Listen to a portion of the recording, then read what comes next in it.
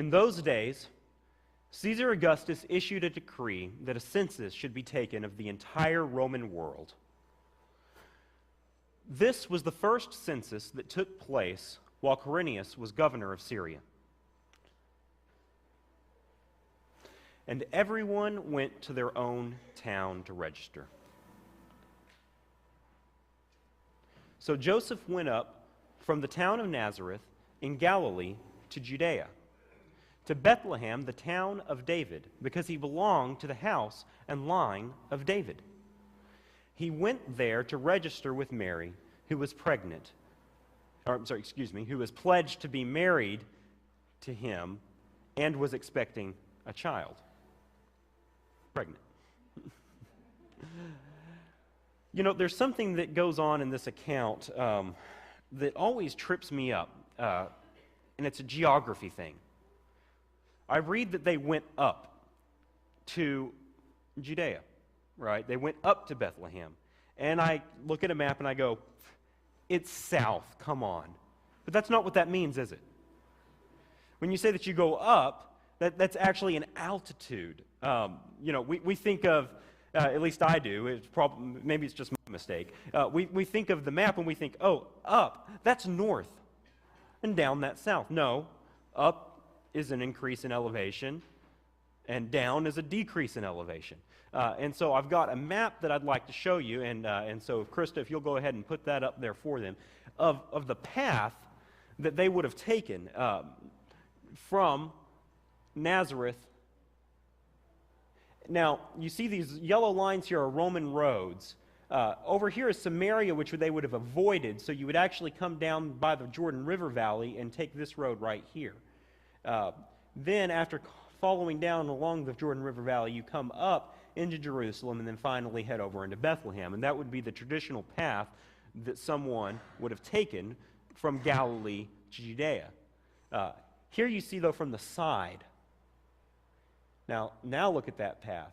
You kind of come down from the mountains here, then you travel across over into the river valley, heading down in elevation. The road that the Romans built actually kind of goes through some of this rocky area here and over here, and then eventually climbs around up in elevation again out of the river valley into Jerusalem and then over to Bethlehem.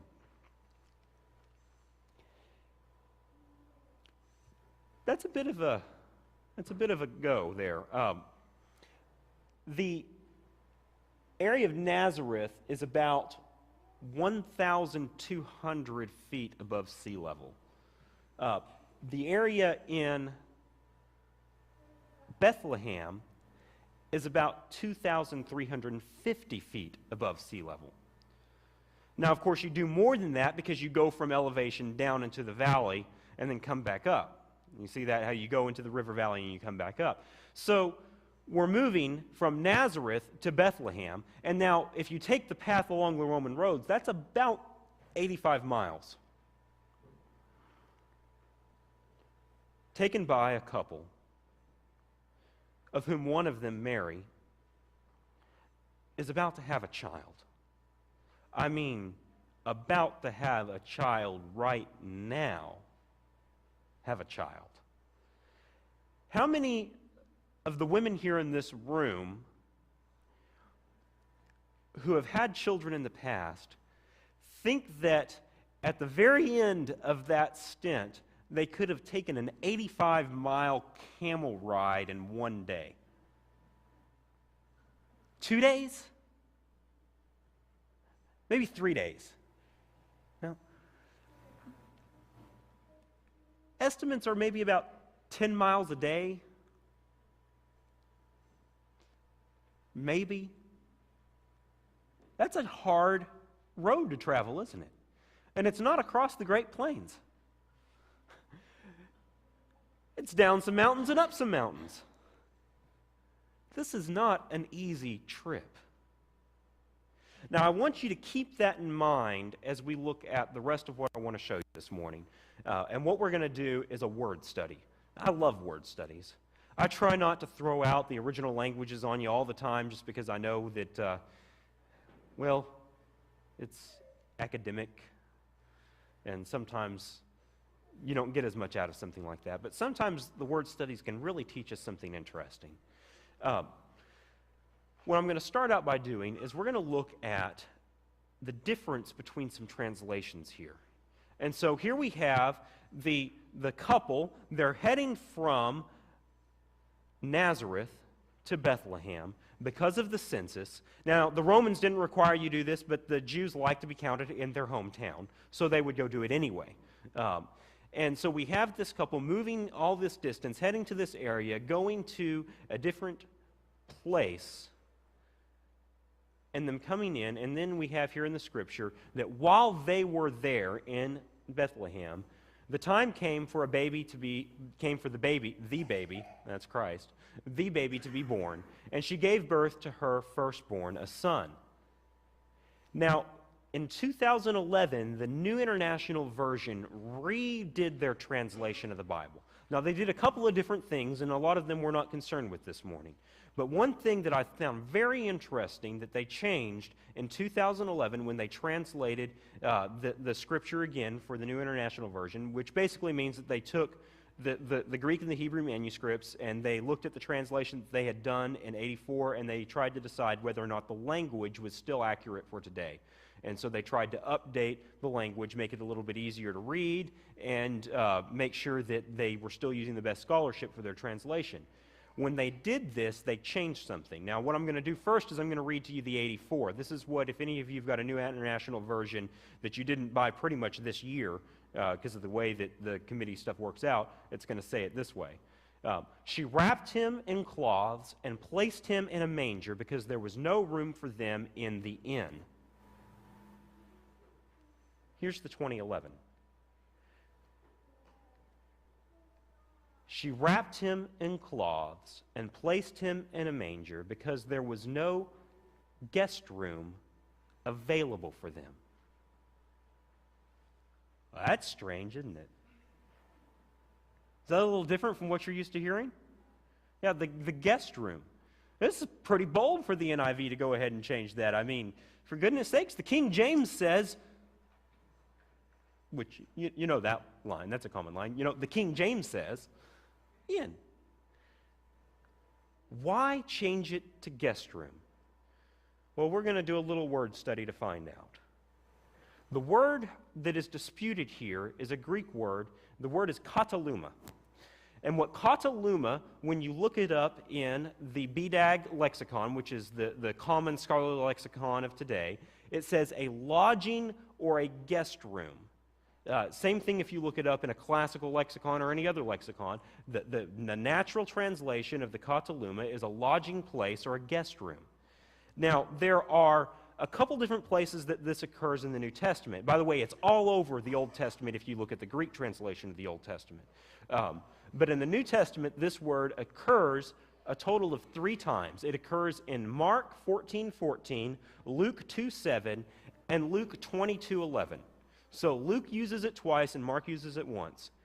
Of those 3 times, twice, once by Mark and once by Luke, it's referring to the place where Jesus had his meal with the disciples before the crucifixion. The upper room, the guest room that the Last Supper took place in. Only one of those times has it been translated in the past in. And that's right here in our passage in 2:7. The question is, does the context really warrant translating in for a word that naturally simply means a lodging place or a guest room?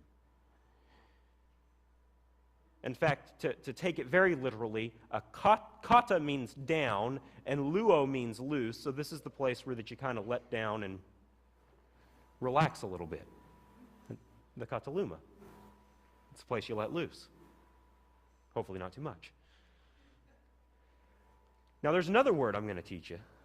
This word is pandakion. Now, what in the world is a pandakion? Well, a pandakion's an inn. It occurs once in the New Testament. The author who uses it is Luke. He uses it in Luke 10:34. You see, there was this story that Jesus told about a man beaten and left for dead on the road, and when this nice Samaritan man, who was the unexpected person, came up and decided to take care of him, he took him to a pendakios, that's an innkeeper, so that he could have a stay in the pendakion, that's an inn. So Luke obviously knew that there were two words here in play, and he knew what the word for inn was if he wanted to communicate the word inn. He knew the word pendakion. But instead he uses kataluma in the Nativity. Okay, well, let's look at some more information here. So another thing that we've noticed through archaeology and through study of ancient times and things like that is that it is unlikely that a town as small as Bethlehem would even have an inn. Bethlehem is right there adjacent to Jerusalem. Jerusalem's a big place. Jerusalem would have one. But Bethlehem, being kind of an offshoot over to the side and being the small place that it was, they didn't have inns in Bethlehem. So it's kind of hard to have no room for you in the inn. Well, I guess it's very easy to have no room for you in the inn. There's no inn, right? So it's very unlikely that Bethlehem would have had an inn. And next, Joseph, we are told in the account, took his family to Jerusalem, or to Bethlehem for a reason. And that reason was that he was from the family of David, that his lineage went back to Bethlehem. Joseph would have likely had family in the area. Now, why am I telling you all of this? Well, one, it's neat. At least I think it's neat. Maybe you feel like Christmas has been torn for you. I'm sorry. Joseph would have had family in the area. So here we have a Greek word that is usually translated guest room, that usually refers to the upper room area. If you saw in the movie that we watched from the Nativity story a little bit ago, you notice that the housing, they'd often have a ladder and then they'd have a room upstairs, but then downstairs they'd kind of have where the animals were. That was kind of the typical pattern of the homes for Jewish folks then. Down, you would either build it into a cave side or you would just kind of build, a stable type area down low, and then you'd have kind of like your kitchen and other stuff down low. But upstairs you would have the main entertaining area and the guest room where that people would stay. And that's where that you would have your nice dinner like the Last Supper, or where that you would let family and relatives come and stay in your home in times when you had guests. And so that was the area that we're talking about here. Downstairs, that would be where that you'd have, the manger. And so, if Joseph had family in the area, and Bethlehem was too small to have an inn, and Joseph and Mary come all this way, 85 miles, on the back of a donkey, with a woman who is about to give birth, up and down the hills, up and down the mountains, exhausted and tired for their journey, I've got a question. Why isn't the pregnant mother, near the end of her term and exhausted from travel, offered a place in the guest room?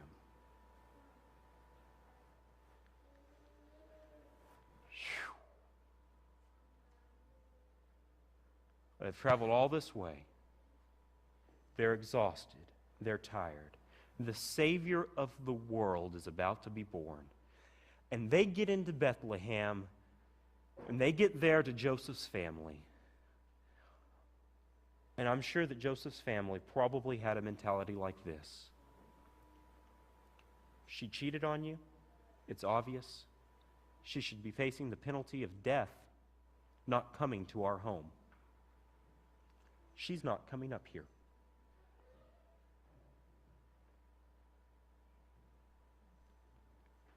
They didn't have Gabriel come to them, did they? They're not Elizabeth, who's recently had John the Baptist, whom the two child jump in the womb. That's not who these people are. These are Joseph's family who are hurt and upset that Mary would do such a thing to him. And so, where do they end up? Well, they're told that there's no room for them in the guest area. I guess you can have the stable area instead. I'm going to teach you another Greek word today. We're on a roll. I'm just going to get it all out for the end of the year right now, okay? We'll see. I've got a few more messages before the end of the year, huh? First, we're going to learn an English word. Anyone recognize this English word? Xenophobia.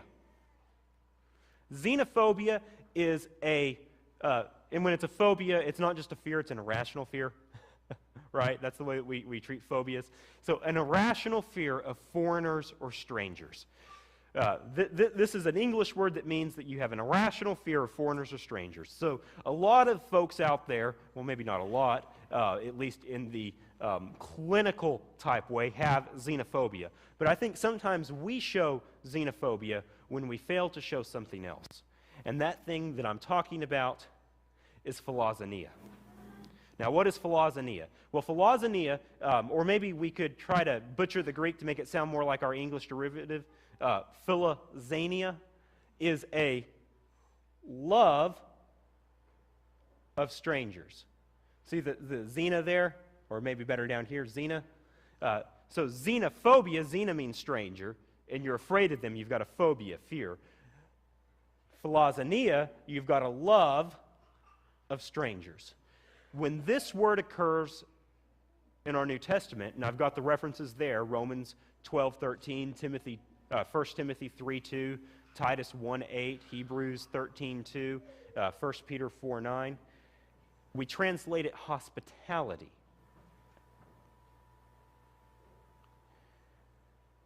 Hospitality, the love of strangers. But wait, Chris, Joseph's not a stranger. He's going home to see his family. Yeah, but there are two strangers coming to that house. Stranger number one is Mary, and stranger number two is Christ. Where's the hospitality? Who do we turn away? Who do we treat as a stranger? As odd, as off, as unwelcome that we shouldn't? Who do we push out to the margins and say, no, the best I can do is the place with the animals? I know you've grown up with the story of a very hospitable innkeeper who, even though he had booked out all the rooms, was kind and gracious enough to at least offer the stable. The story is much harsher. The story is not near as kind. But sometimes it's when we see our own xenophobia by looking at these accounts that we start to notice, hey, these are the people that I'm pushing out. These are the people that I'm not letting in. When it hits home a little worse. When we've got to think about that child coming home for the holidays, who may not be able to honestly say, Mom and Dad, I'm a virgin. But you know what? They could have responded differently, even if this wasn't the Christ child. The focus of hospitality is on kindness to these strangers,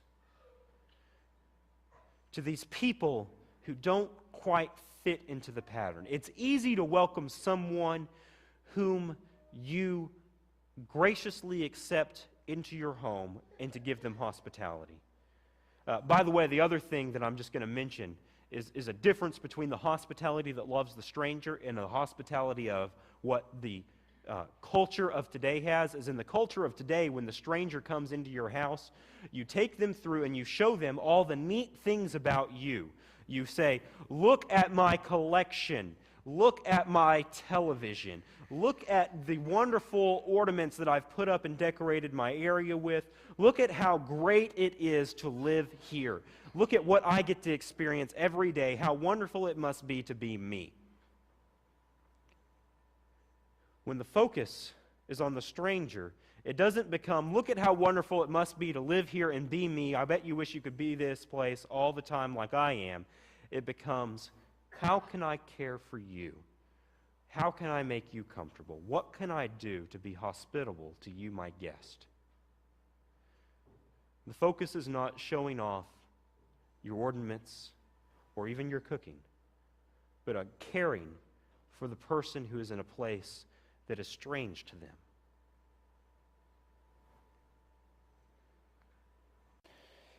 Jesus tells a parable in the question of who is my neighbor.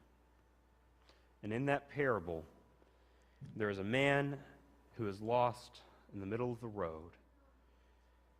He is robbed by robbers, he is beaten, and he is left for dead. After this, a series of men come by. And on this road between Jerusalem and Samaria, we have a Levitical priest. We have men of faith in the true God who pass by him, and they're inconvenienced, and they go around. But instead, this Samaritan, this half-breed, when he sees the man, he takes him, he picks him up, he takes him to, and in this story we do have an inn, he takes him to the inn, he pays the innkeeper, and he says, whatever I owe you when I get back, I'll pay you that too. And he cares for this person on the side of the road who he knows nothing of. But he's reaching out across the border of all kinds of racism in hospitality. What I find really interesting about this story is that I think that it's probably the best picture of hospitality in the New Testament, or at least one of the best. And nobody's home is involved. How is that a picture of hospitality? Well, remember earlier we looked at the Greek word for hospitality. The word philoxenia that translates hospitality is made up of two pieces. One, the word philos. That means to love like family. And two, the word xenia. That means the stranger. As children of the living God, through adoption by Jesus Christ, can we learn to show the love of family to the stranger this Advent.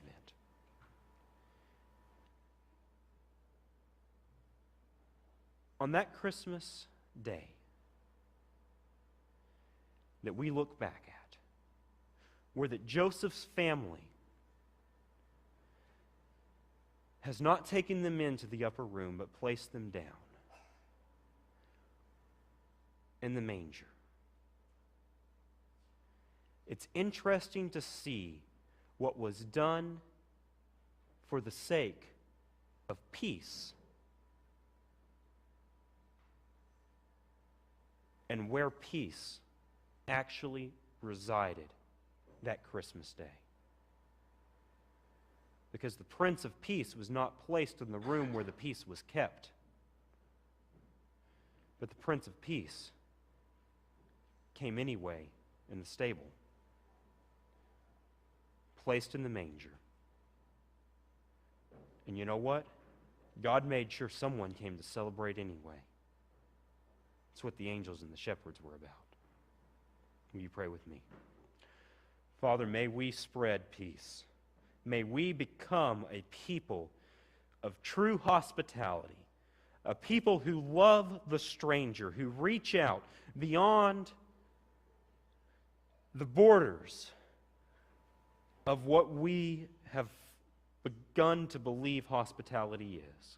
May we learn not to focus on ourselves and to present to people, look at all of my things and how great it is to be me when we bring the stranger in. But no, Lord, may we instead learn to focus on them, to bring them the kind of love that we bring our family, to show them the love of Christ, to draw them in, to welcome them into the family of God, to welcome them in through the Prince of Peace, The one who at the beginning of his life there was no room in the kataluma, and at the end of his life celebrated his kataluma with a family of disciples, of followers, waiting to enter into his Father's kingdom.